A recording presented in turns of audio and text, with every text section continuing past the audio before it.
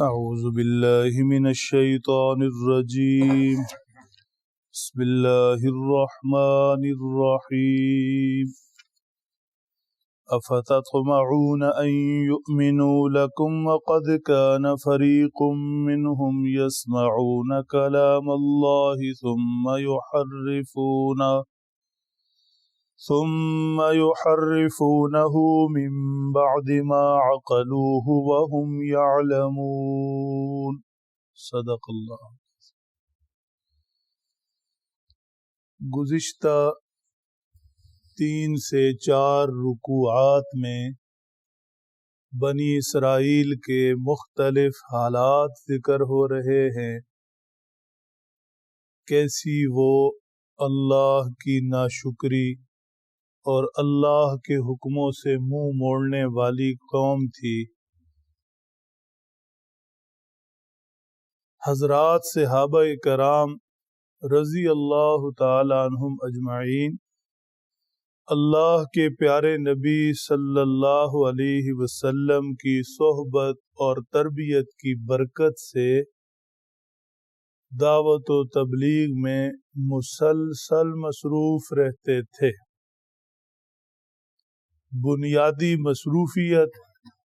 اور سب کاموں سے ضروری کام ہی یہی تھا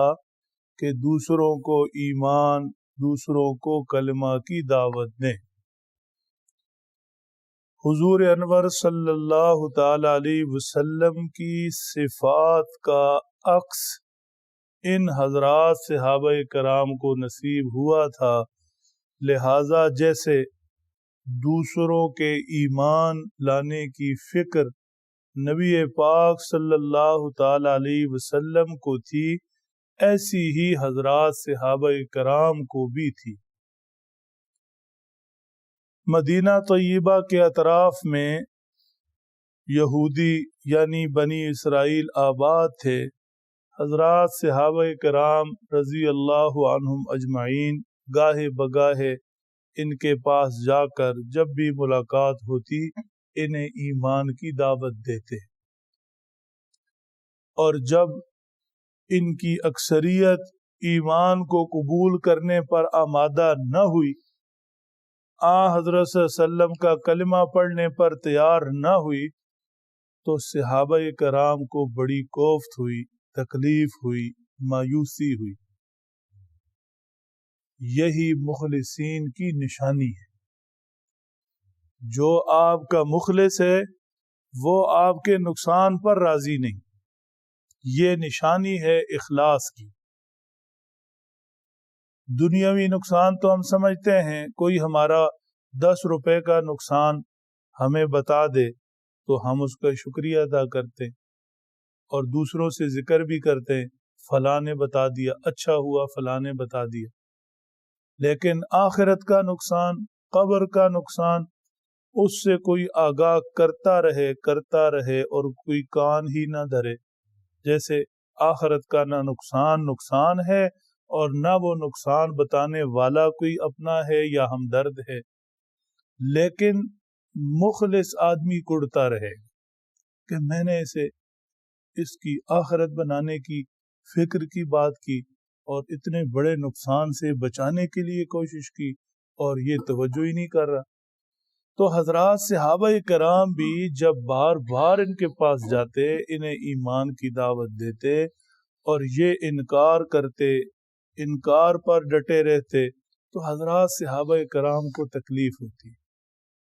مایوسی ہوتی، کوفت ہوتی۔ صحابہ کرام کی تسلی کے لیے یہ آیت شریفہ اتری جو آج ہم نے تلاوت کی، افتطمعون ان یؤمنوا لکم۔ بنی اسرائیل کے یہودیوں کے حالات ہم نے مسلسل ذکر کر دیے، اس کے بعد بھی تمہیں امید ہے کہ یہ ایمان لائیں گے؟ جو حضرت موسیٰ علیہ السلام کے ساتھ طور پہاڑ پر چلے گئے، اللہ سے حضرت موسیٰ کا ہم کلام ہونا جنہوں نے براہ راست سن لیا، اور جو آسمان سے فرمائش کر کے کتاب مانگتے رہے، کتاب اتر گئی، حضرت موسیٰ کے ساتھ طور پہاڑ پر کتاب لے کر واپس ہوئے، وہ بعد میں آ کر اس تورات میں تحریف کرتے رہے، تبدیلیاں کرتے رہے، لوگوں کو آ کر بتاتے رہے کہ تورات واقعی آسمانی کتاب ہے، ہم نے خود دیکھا اترتے ہوئے، لیکن اللہ نے یہ بھی فرمایا کہ جتنا عمل کر سکتے اتنا کر لو۔ تو یہ آسمانی کتاب تسلیم کرنے کے بعد اس میں تبدیلی کرنا، اس میں شرعی سزاؤں کے اندر کہ ان پر تو عمل ہی ممکن نہیں، یہ تو بڑی سخت ہے، اپنی من مرضی کرنا، اور حضرت صلی اللہ تعالی علیہ وسلم کی نبوت کے متعلق جس قدر علامات نشانیاں جہاں جہاں ہیں وہاں سے کانٹ چھانٹ کر کے ان نشانیوں کو مٹانا۔ تو جو لوگ آسمانی کتاب کے ساتھ یوں کر سکتے ہیں، جس قوم قبیلے کی فطرت اور طبیعت کے اندر اس قدر اللہ کی بغاوت ہے، وہ اگر آپ کی دعوت پر ایمان نہیں لاتے تو آپ کو مایوس ہونے کی ضرورت نہیں۔ افتطمعون ان یؤمنوا لکم، کیا تم امید رکھتے ہو کہ یہ ایمان لائیں گے تم پر، تمہاری بات مان لیں گے؟ وقد کان فریق منہم یسمعون کلام اللہ، حالانکہ ایک فریق تھا ان میں سے جو سنتا تھا اللہ کا کلام، ثم یحرفونہ من بعد ما عقلوا، پھر سمجھنے کے بعد اس میں تحریف کرتے، جاننے بوجھنے کے بعد ان میں تحریف کرتے، یہ تو ان کا مزاج ہے، لہذا مایوس نہیں ہونا۔ یہاں ایک چیز توجہ کی ہے، حضرات صحابہ کرام کی دلجوئی فرمائی، پوری دلجوئی فرمائی کہ آپ جو محنت کر رہے ہیں، جو دعوت دے رہے ہیں، لوگوں کو ایمان کی طرف بلا رہے ہیں، اب اگر یہ ایمان قبول نہیں کرتے تو آپ نے مایوس نہیں ہونا،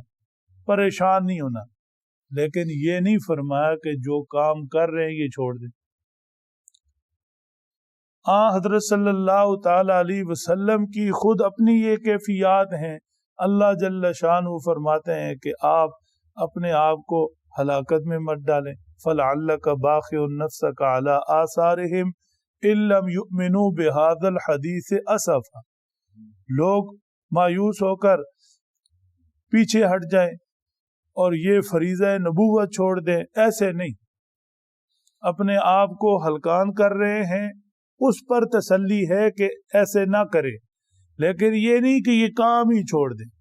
یا انہوں نے یہ کام چھوڑ دیا۔ نہ حضرت صلی اللہ تعالی علیہ وسلم نے چھوڑا، نہ آپ کے اصحاب نے چھوڑا، دعوت، دوسروں کو ایمان کی طرف بلانا، دوسروں کو نیکی کی طرف بلانا، یہ کام جاری رکھا۔ معلوم یہ ہوا کہ ہمیں بھی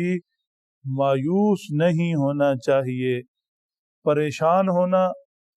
ہمدردی کا اظہار کرتے کرتے تھک گئے اور کوئی سننے کے لیے تیار نہیں، یہ تو ایک کیفیت ہے، آ جاتی ہے،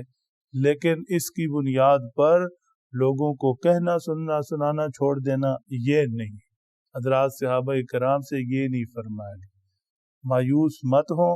اور آگے بڑھتے چلے جائیں، اور جو فریضہ نبوت ہے، فریضہ تبلیغ ہے، اسے ادا کرتے چلے جائیں۔ اللہ سمجھ دے، عمل کی توفیق۔